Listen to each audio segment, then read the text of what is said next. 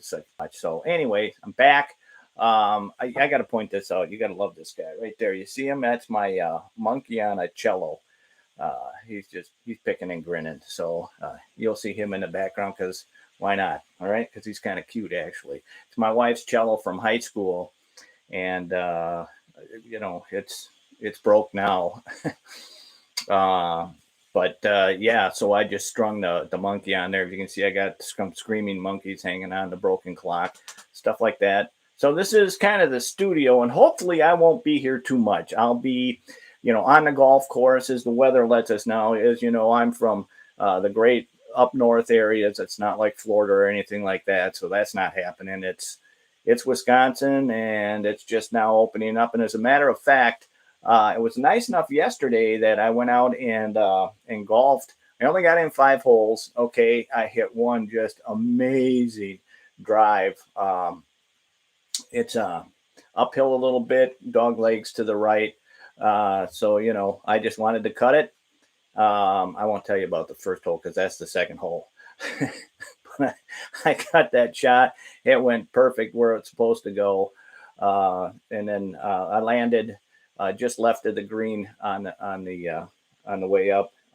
Chipped it 2 inches from the hole and knocked it in. So it went pretty good. I won't even begin to tell you what happened on that first hole because I was laughing too hard because first of all, I didn't know the golf course was open. My wife mentioned that they were going to open soon. I said, "Oh, okay, that's nice." And she said, in fact, one of the ladies that works there had to give up her job at the daycare center so she could go back to work at the golf course.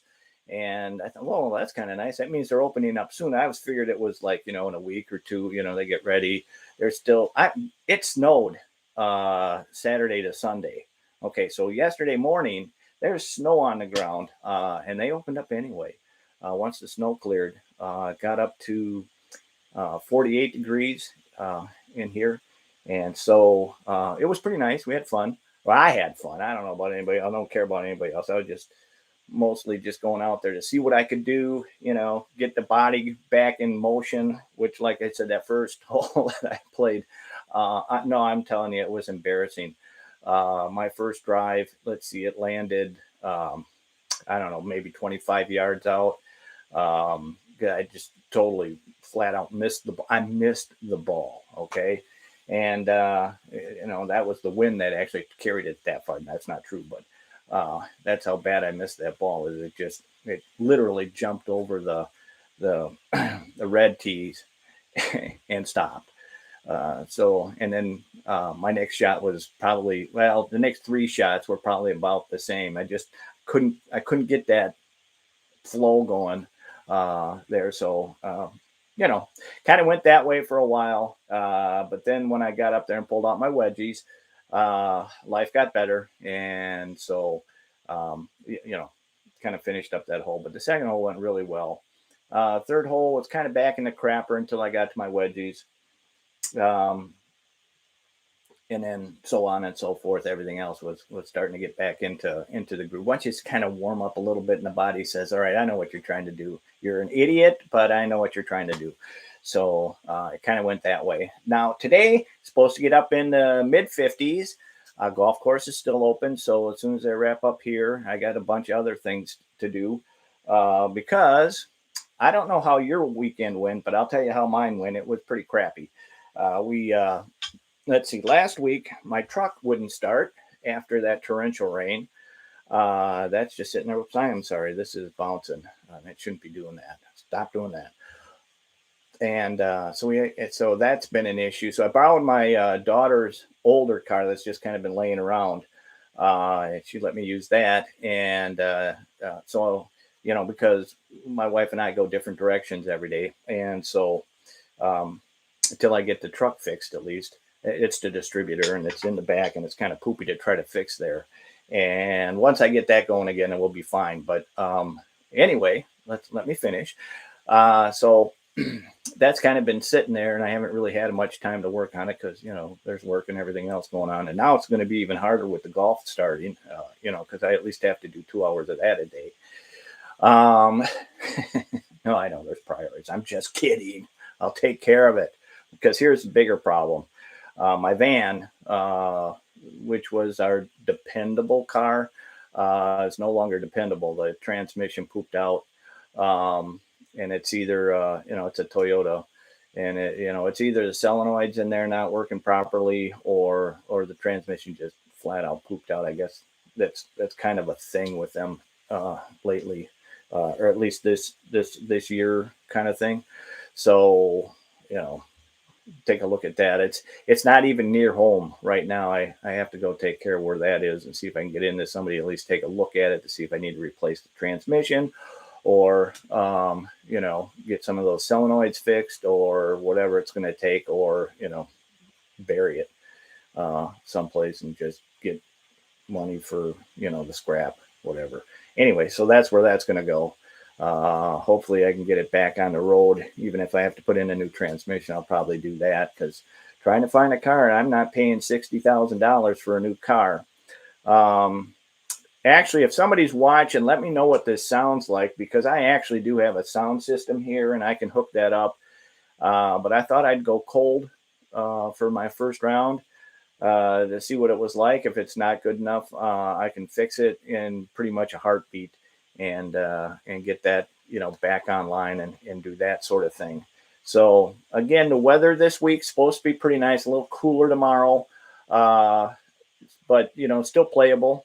And Wednesday, Thursday, and Friday, I mean, the weather is supposed to be just spectacular. Wednesdays is supposed to be in the 60s. That's perfect weather this time of year to play golf in. And then of course it gets good from there on out.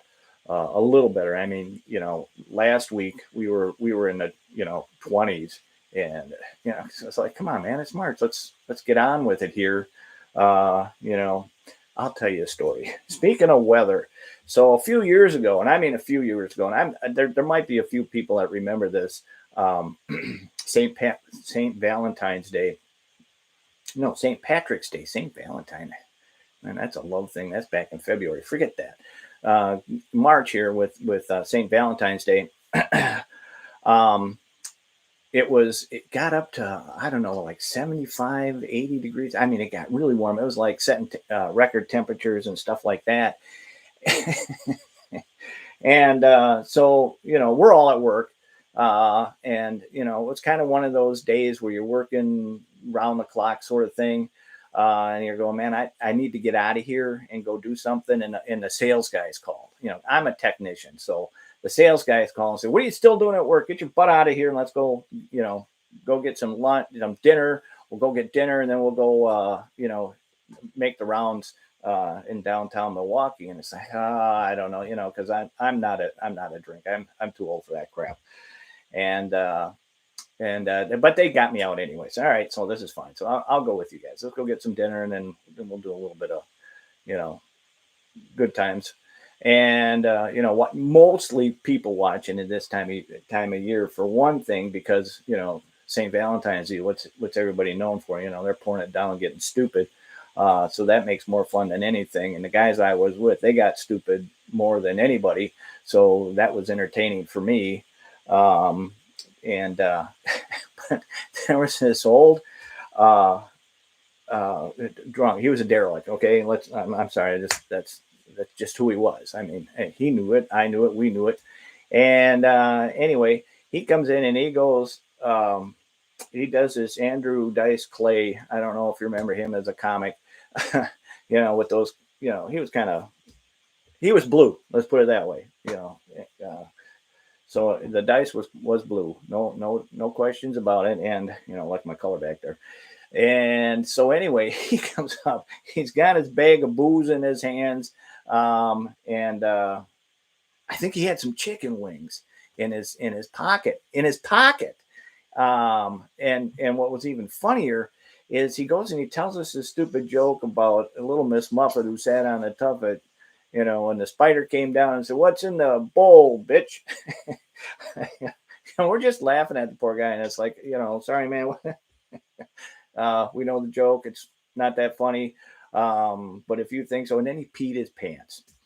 So it's okay, bud. It's time now. Remember, when he peed his pants, he had chicken in his pocket. Okay, you get this?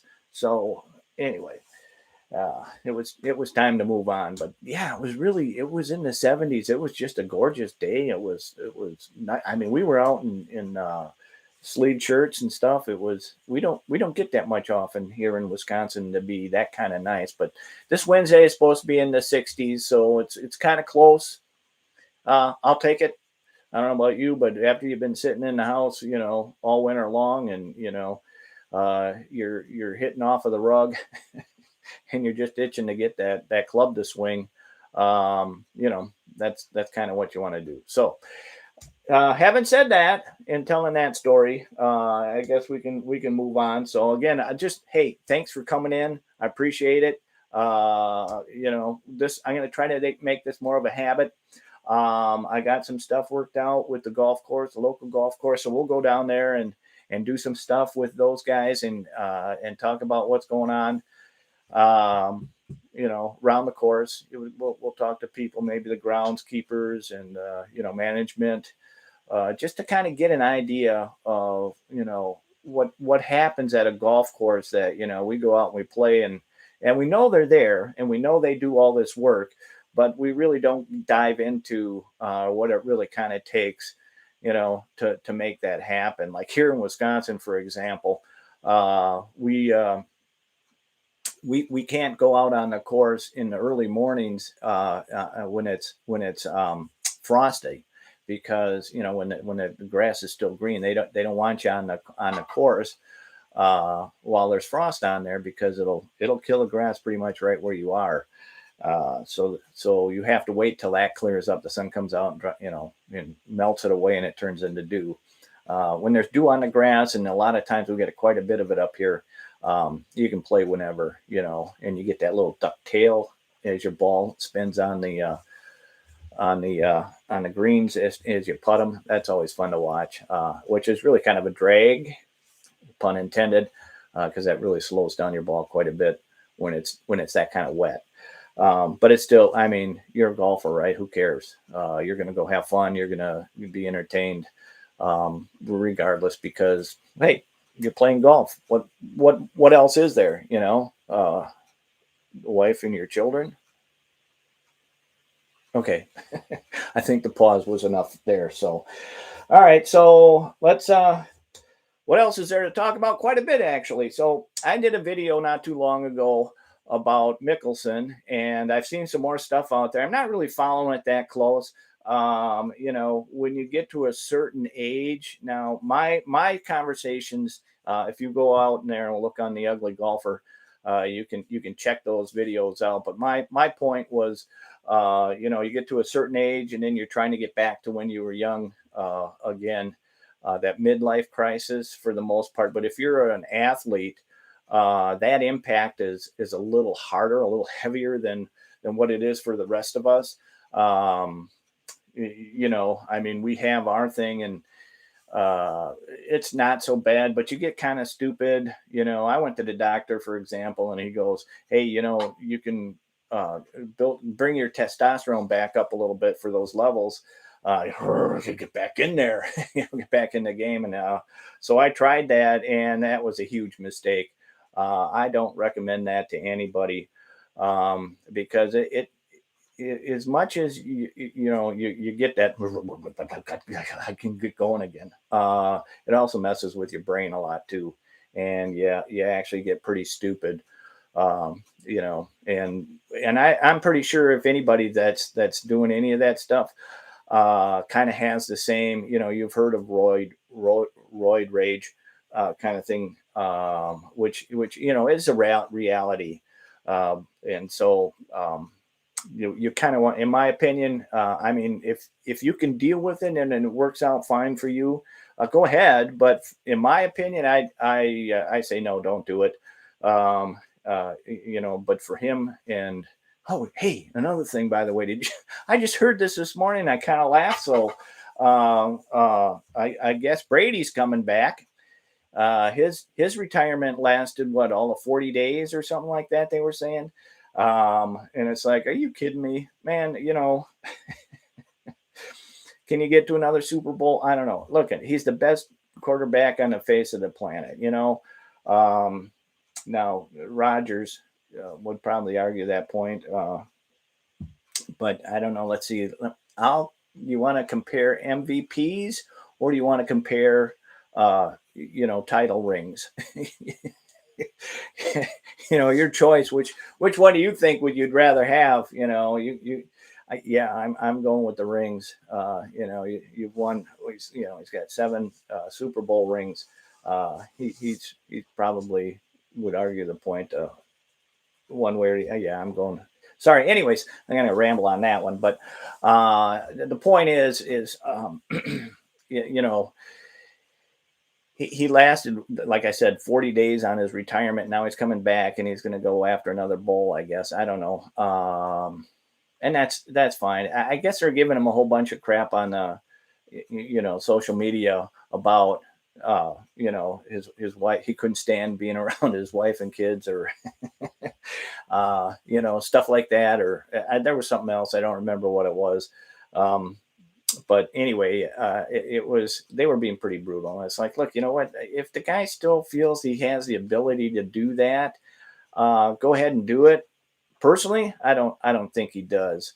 I do know one thing that he does probably better than anybody else is he helps coach the other guys around him to pick up their play, and not by tearing them down, but by building them up a little bit better, probably than anybody else. Because if you follow, anything that he's done, um, the difference that I've seen with the way he plays with his players, I mean, he gets in their face a little bit, and I'm sure who wouldn't, but it's more to bring them up to, look, you can play better than this, and I know you can, and you got to help us out, or we're not getting to where we want to be. And that's what he's trying to do, is build these guys up to say, look, you got to catch these balls, you've got to block that defensive player. I mean, you've got to pick up your play, or we're in trouble here, and we're not going to get to the next Super Bowl, or where we're going. I don't know why I'm talking about football. I got off to the sidetrack on you know Brady coming back from retirement already, to go play, which is fine. I mean, again, he's the best there is, even at his age. He probably outperforms quite a few people. The only thing I'm worried about is, dude, if you get hurt, you're going to get hurt for a long time, because your body is not going to heal back to the pace that it would for a 25-year-old, which still takes a long time when it comes to those types of injuries that football players have, or can get. The last thing anybody wants to see is a Theismann. That was about probably the most brutal video I've ever seen in my life. Was Theismann getting hurt, and that femur getting snapped like that. Don't want to see that. Do not want to see it. So hopefully that won't happen for him. But anyway, I mean, that's where I was. I'm not sure why I ran down that path. It's talking about old guys. Okay, we were talking about Phil Mickelson and his issues with being an old guy and trying to keep up with the young guys. And personally, I think that's where this whole thing broke down. He got off on the wrong side of just this conversation he wanted to have about you guys are holding me back because he's juicing, and that kind of thing's going to happen, and it's just a shame. I'd rather see that he go out in a blaze of glory and be the better man for who he is. That's a good golfer, and to throw it away like that, it's kind of goofy. But whatever, that's all I can say is whatever. Get back on track and move on. Hopefully they'll let him.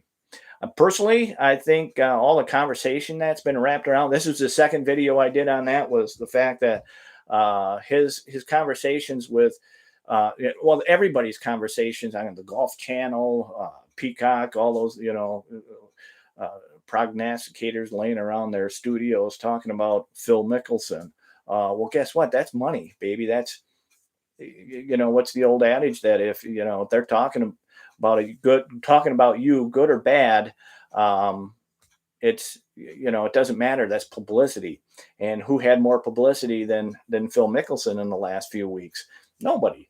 And people were turning in to see what was going on, what he had to say, where it was going, that kind of thing. And yeah, it wasn't really the best thing in the world for the PGA as far as what he was saying about him. But then again, people were tuning in and listening to that crud. So just to see where things were headed next, kind of thing. You know how it is.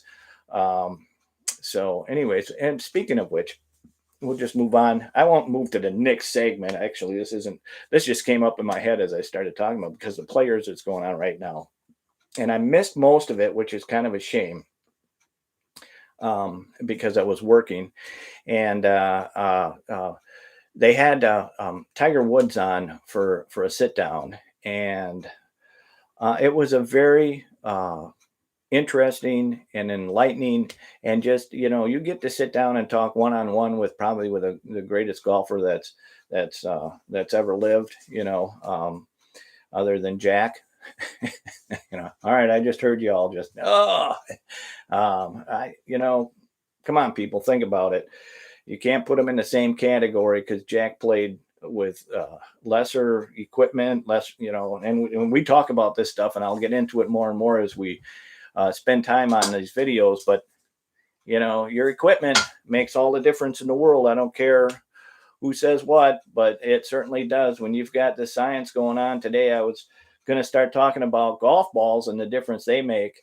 And my bigger question, the golf ball thing, but I'll get back to the interview with Tiger in a minute, but because I brought it up, is why do the same companies make different balls? Why don't you just make the best balls you can, sell more of the ones that you make the best of?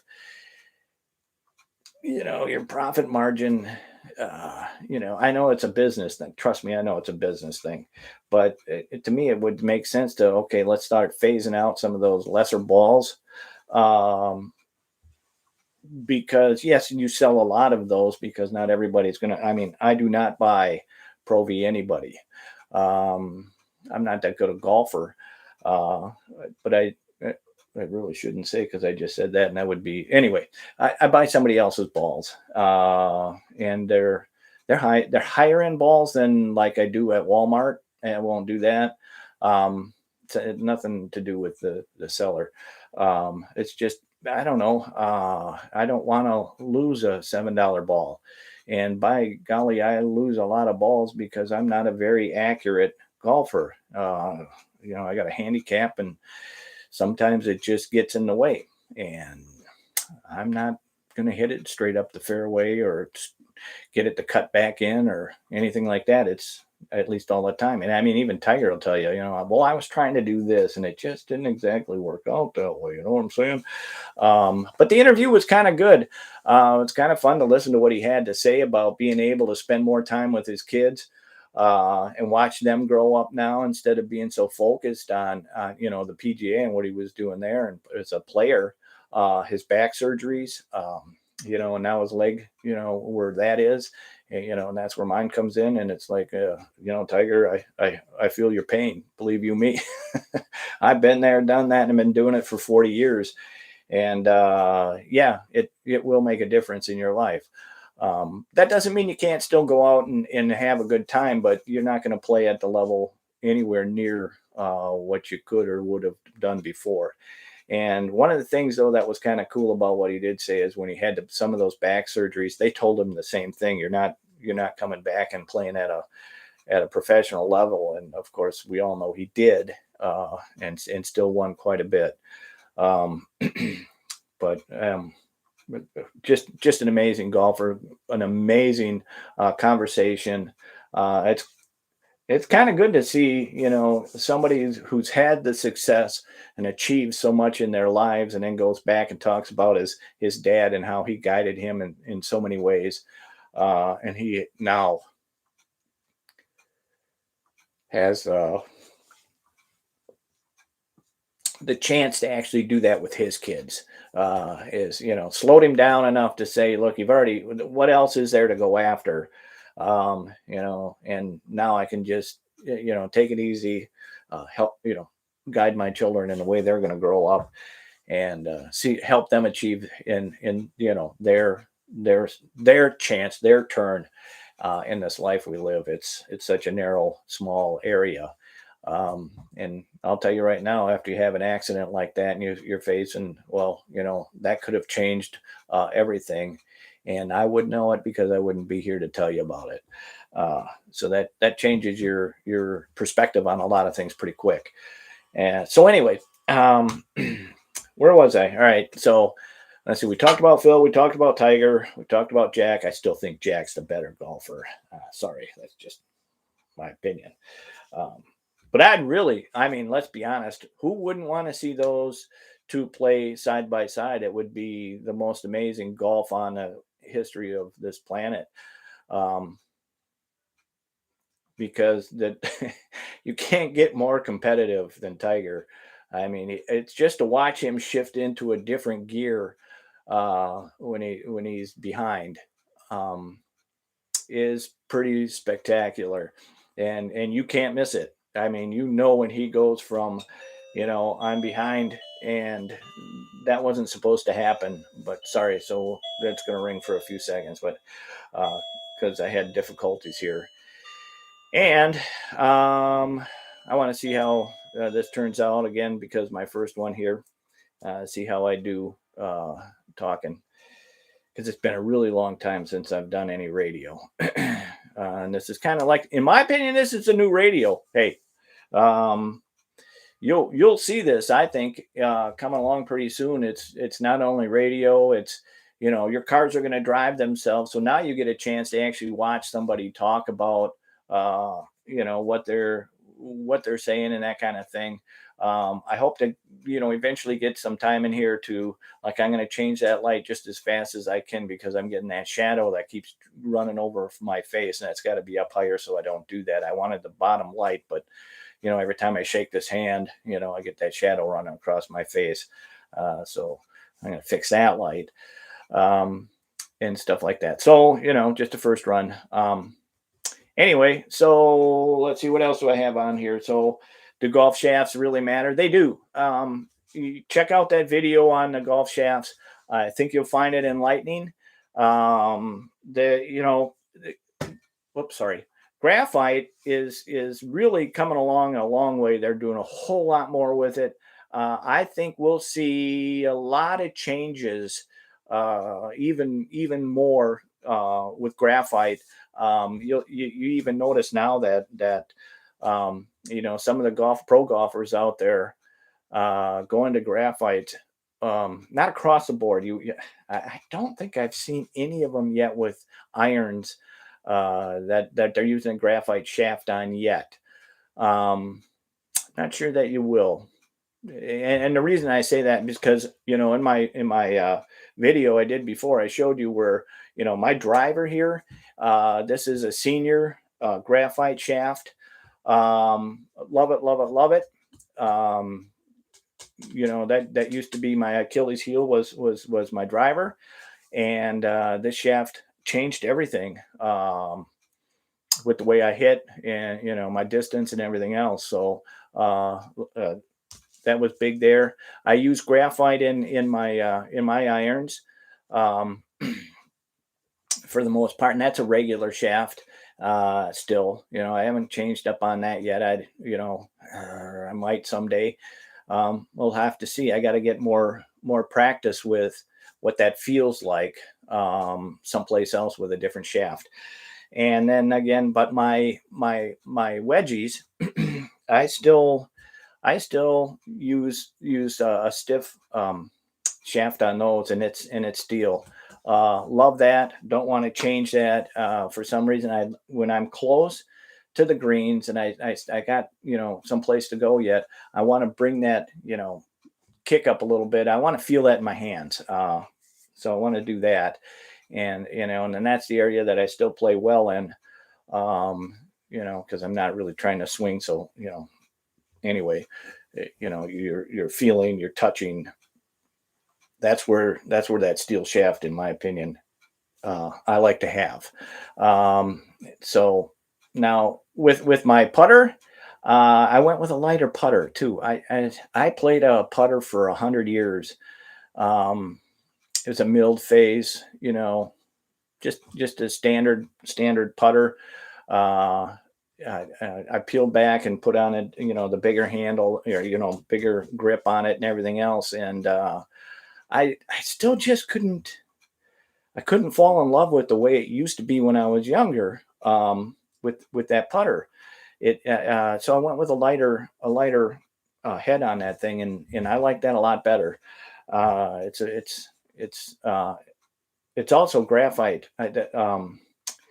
The two difference between that too was with the lighter putter. I went from a steel shaft on that to a graphite shaft on my putter. It's still stiff, but it's just lighter, and I still get my feel back that I used to have with the other putter. And not that it breaks my heart. It's just a lot of guys that have the putter they've used forever. They try to tear that out of their hands, and it won't go away.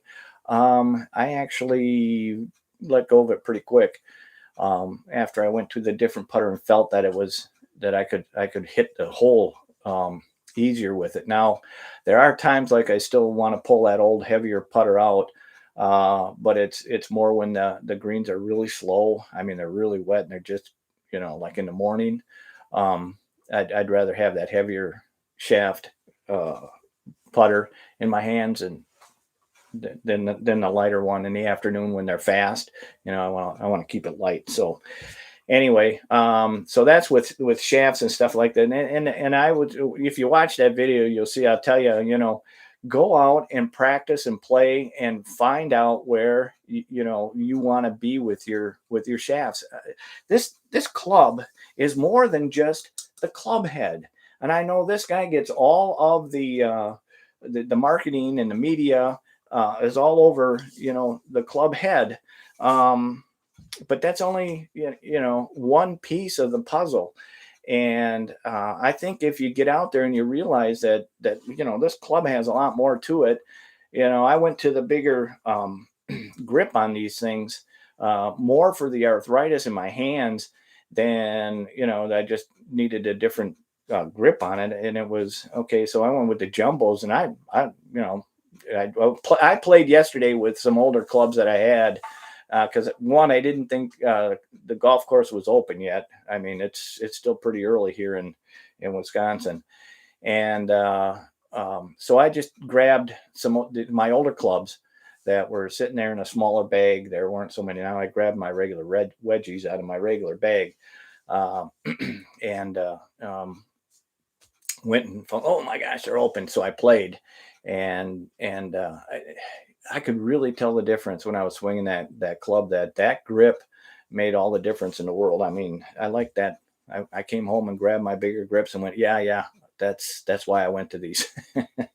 And it felt better in my hands because there's more to hang on to. And like I say, you get older hands, it just feels better. So that's where that came from.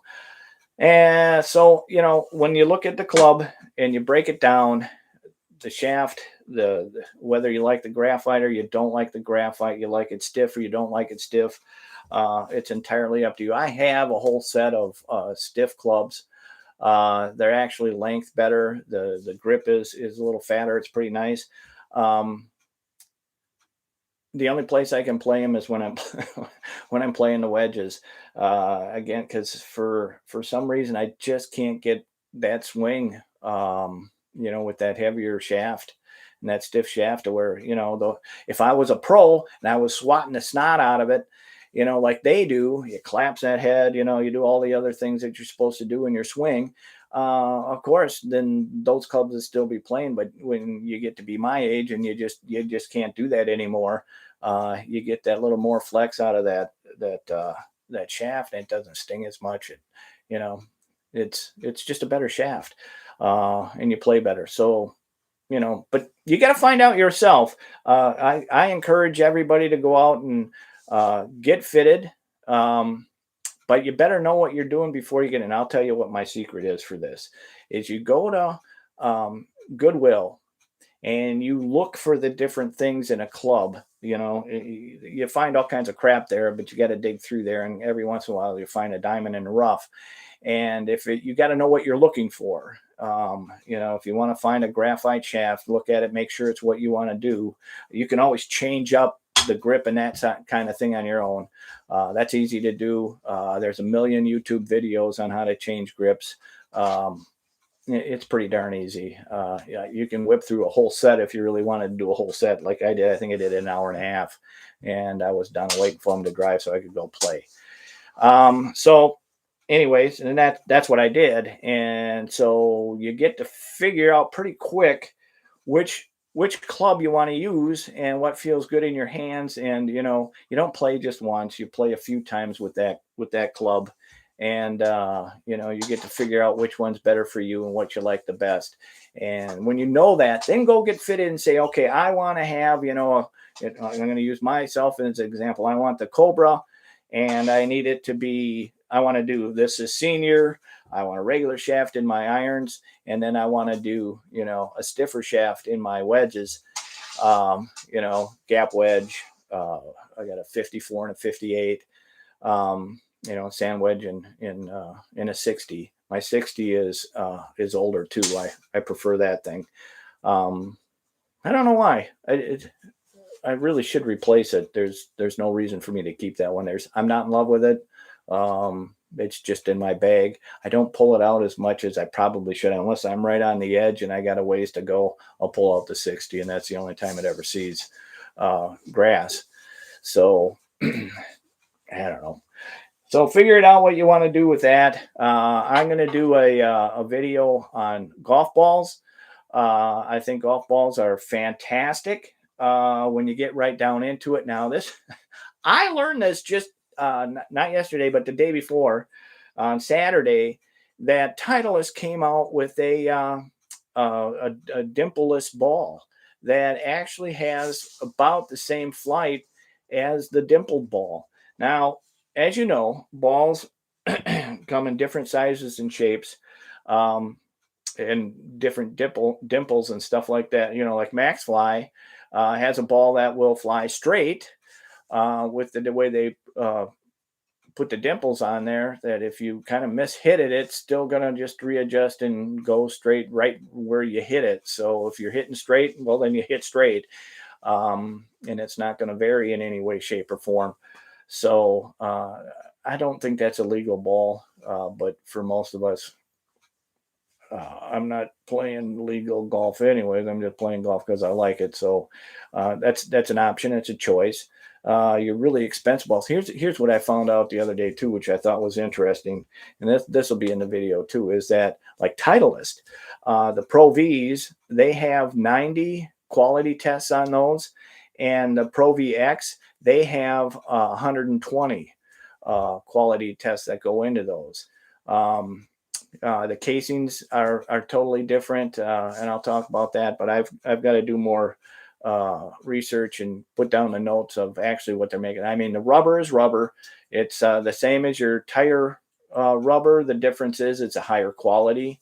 And the one thing you'll never hear about what they do with that rubber when they cut it up to make it into balls, and they flatten it out and set it up to really get it going, is what they put in there.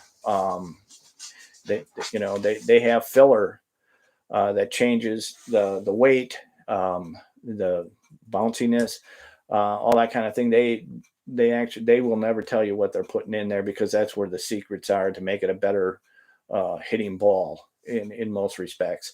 And they all do it different, Callaway and different than Titleist. It's same rubber starting out, but by the time they get it to the next level of ball of rubber, of putting that little rubber thing together, the additives are very different. And that's where the deep dark secrets are. They also put it in different colors too, so they can tell the difference between which ball is which, for as they continue to manufacture that ball and make it a Pro V as a Pro VX. You can different rubber. Cut it open, you can tell. Centers are different than the outers, and then they got another layer on there. Pretty interesting stuff. We'll get into it. We'll probably pull up some demonstrations of that sort of thing. I'm a little behind on putting out my videos, so let me get caught up with those and make that rock and roll. So that sort of thing. So we'll take a look at that. What I always wanted to do, which I don't know if I'll ever get the chance. I don't know if anybody will ever allow you to, because you know. But if you took the old history balls where they took a piece of leather and they wrapped around a wad of feathers, you know, it's like you're going to bed. I guess everything was made of feathers and straw once upon a time. Before my time, I don't know. Maybe, and boy, you really got to go back for that. Oh, remember when they made balls when you were a kid and you cut open a golf ball and you took all those rubber bands that were off of there? You know, you sliced open the cover on that thing, and then you peeled that open, and then you had all these rubber bands, and they went bing, bing, bing, bing. And the more you cut them, but it was all like one wind around this little rubber ball in the middle. Some had liquid in them, some of them didn't have liquid in them. You know, I guess I don't know why that would be, and what kind of liquid was it? Was it safe for kids to have? Is it like mercury? I mean, come on, I have no idea. But I remember cutting those open. Maybe that explains a lot of things like that. Anyway, so yeah, so you remember that stuff. If you, I don't know, you got to be my age, I guess, if you remember doing stuff like that. But I always wanted to hit one of those leather bound feather balls just once or twice, 3 times a lady, just to see what it would feel like, what kind of lack of distance you'd get out of them, that sort of thing. I think that would be awesome, just for fun and grins. Who knows? But it'd be nice to try. So I just want to let you know we got more stuff coming up. It's going to be, you know, like I said, I want to get down to the golf course. I already have permission to do that. We'll do some interviews with a bunch of the guys, you know, tell them to shut off their tractors for 2 seconds and, you know, let's just have a conversation.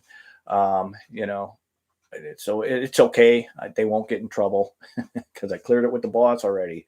You're all right. So we want to do that. So that'll be coming up. I'm really excited about that, to be honest with you. We got probably 2 of the most entertaining, guys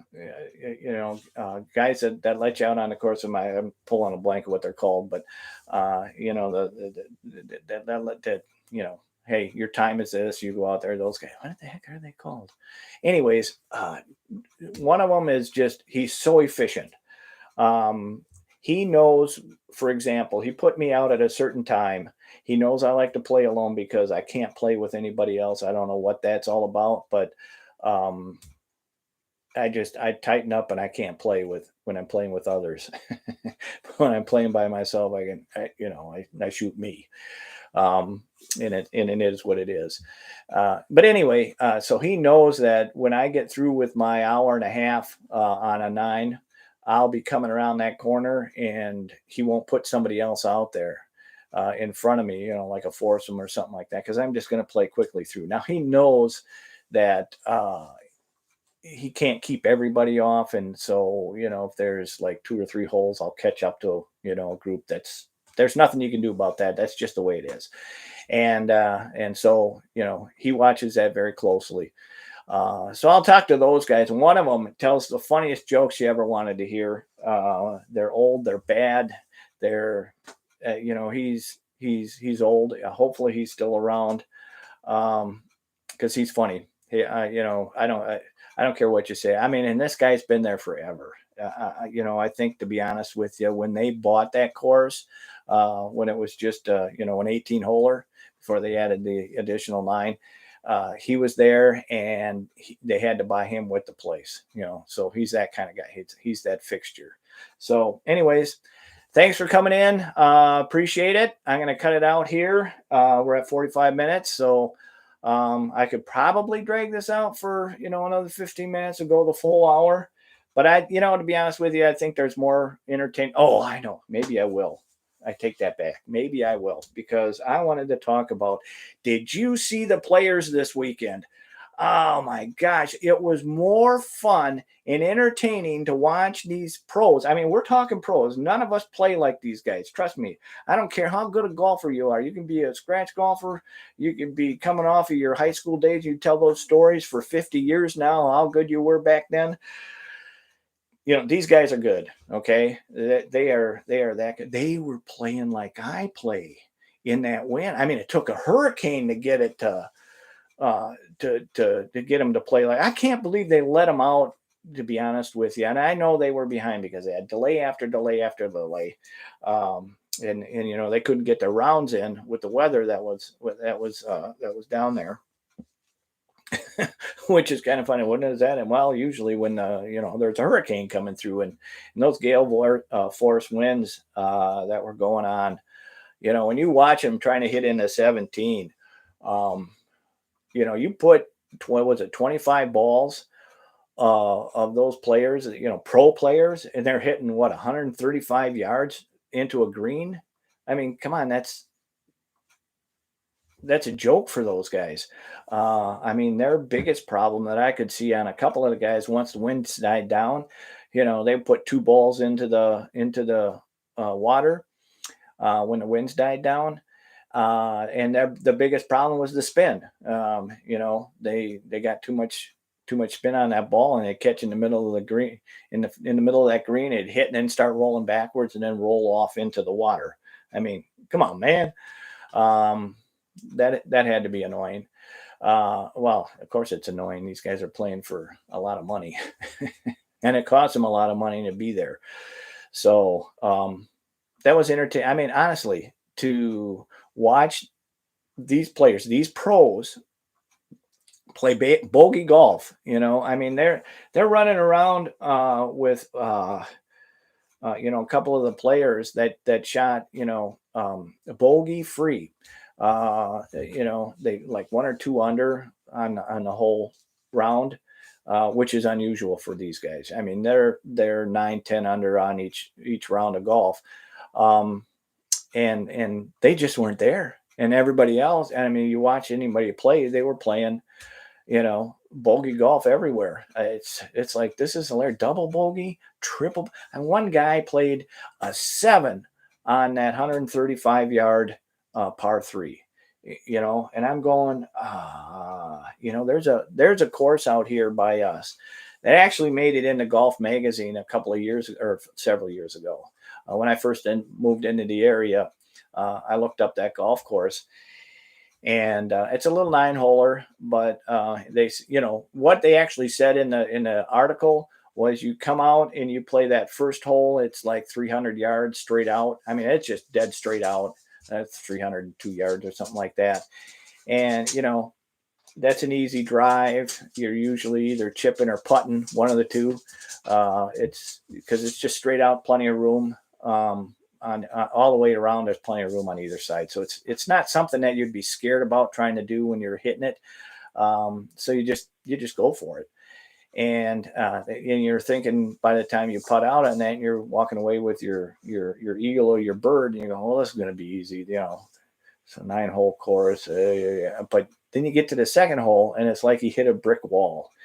I mean, because you're sitting, I'm trying to remember what the distance is, like 238 or something like that, and you're sitting on top of one hill on one side, and then the green's on the other side behind a bunch of oak trees, so you got to hit not only through those oak trees, just enough, width to get your shot through. That's it.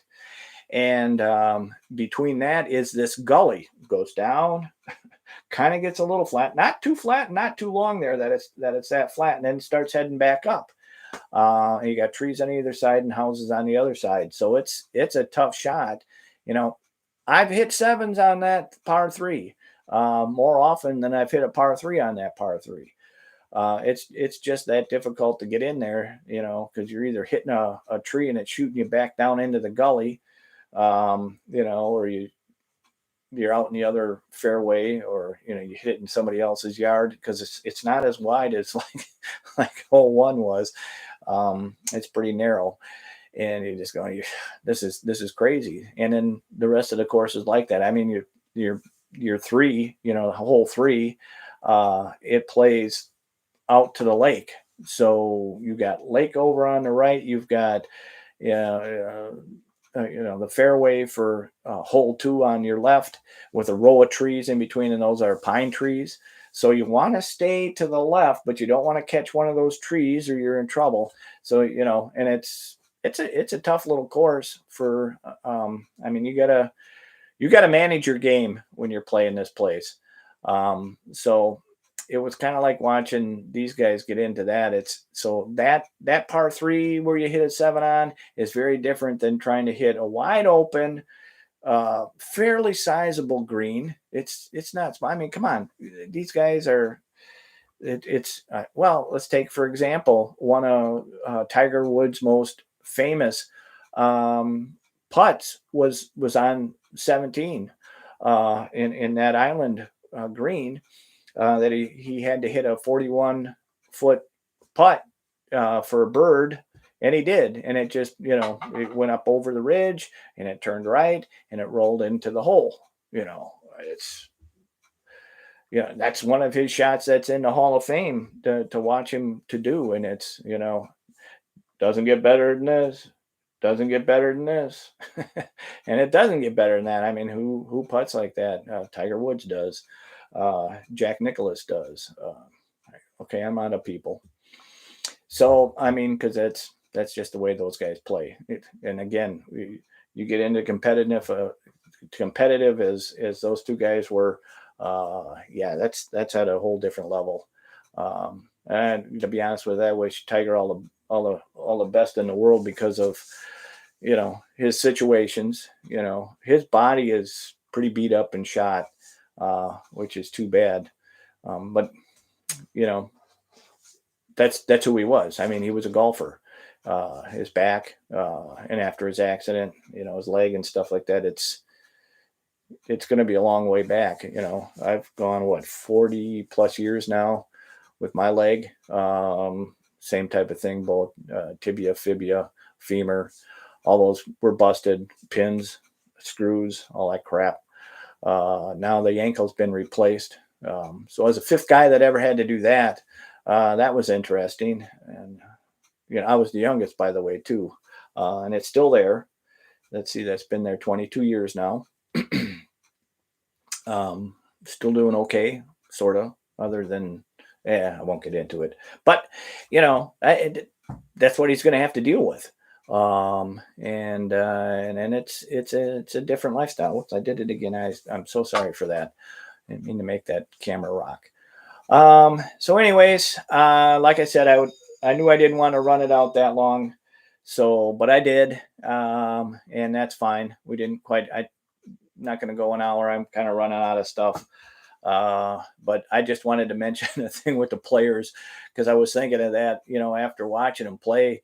Oh my goodness, did you see the way those guys were playing? It was just how brutal that wind was out there that they had to play in, and, the guys that could keep it low and shooting, straight out instead of, putting the ball up and let the wind just carry it and be a bad thing for them to do. Very few people got through that without getting the snot beat out of them. So, yeah, anyways, it was very entertaining for, somebody like me to watch. Pro golfers literally, play the way they played. It's just, you don't get to see that too often. Normally it's, they're playing better. It's usually drive down the fairway, take your next shot in, your approach shot, and then putt. So, and sometimes it's even just drive, chip, and putt. It's that easy for these guys. And that was not the case over the weekend here, where they really had to play. Now they didn't even get to play that well. I mean, if you're thinking about it like this, that the wind was so bad that they would putt the ball and the ball would move with the wind. And so you had to calculate and judge that on how it would go, because the wind's blowing and it would blow at 17 and then would it blow at 40 and it was, so, you're hitting a ball and you're expecting it to do something and the wind comes up and it's doing something completely different. I mean, come on, man. That's got to be crazy. I honestly don't think I've ever had to do that before. I've played in some wind. I mean, I live in Wisconsin, so we get all kinds of crappy weather. Um, but and that kind of conditions, I think if I had to, I've played in windy conditions, not quite 40 miles an hour, but in the 30s, and I left. It's like you can't play. This is crazy. Your ball. I mean, I remember hitting it off the tee, and this is when I played quite a bit. Could I could shape the ball and stuff like that, and I hit it in the air straight down where I was going to go, and it was going to kind of turn to the right where it needed to go, and it just hung there and came back. Yeah, I'm sorry, I've never seen that before. Where the ball, I mean, we're talking a golf ball. If you're hitting like a soccer ball or something like that, that's got some girth to it. Yeah, you could see where the wind's actually going to affect it a lot more than what the golf ball did, because you get it up there, and I'm sure it could, because it has the spin on it, that if the wind is in the right direction, it's gonna affect that flight. But I mean, these balls are made so that, and I'm saving this for my video, but they're designed so that the drag on it and the wind really doesn't affect it that much, because it's kind of like a baseball with the stitches in it. If you turn it just right with those stitches catch the wind, and you get a curve, or you get a cutter or something like that coming in, because the wind catches the thicker part of the ball, and it makes a difference on it, the same way that the dimples affect the way the ball travels in the wind. And this was just absolutely brutal. So I've seen it, and like I said, it came backwards, and I picked it up and went home, because it wasn't worth playing. It's sometimes, if I was a competitive player, and had to play in something like that would probably be different. I would have probably toughed it out like they had to. I mean, you're trying to make a cut on one of the most prestigious tournaments that you have, and they were just being beat up all over the place. So it did make a difference, and they felt it. And it's not like I want to rub it in. It's just, you know what I'm saying, because you've been there, done that, and it's like, I'm not a pro player, and to watch the pros struggle like that. To be honest with you, I think Koepka did it the best. He didn't make the cut even, but he hit his second ball into the drink, and he just laughed. He goes, because what are you going to do? What are you going to do? You laugh. I can't play in these conditions, and as good as you are, and as making adjustments, you can't adjust to 17 to 45 every time you stand up to the ball, and it makes that kind of a difference. You can't make those kind of adjustments, so you just don't. You play you play it out, and if you get lucky, and and get in that groove where you're hitting that stinger and it's staying low, and it's just traveling out, and you can do that time and time again. Maybe you can get away with it and come back the next day and actually have a good round when the wind isn't blowing. And only like 2 players came out of that unscathed with that kind of a thing going on with the wind. So that was entertaining, to say the least. I felt bad for him, but again, that's golf, baby. That's just golf. You say what you want or do what you want. It's life in the fast lane. So anyway, I'm gonna wrap it up here. I've made my hour. Thanks for joining. If you did join, nobody joined, that's okay. I'm gonna post it anyway, so you can watch it. It'll be one of the videos. Appreciate taking the time if you do watch it. God bless, and keep swinging. Have a great day. See you next week.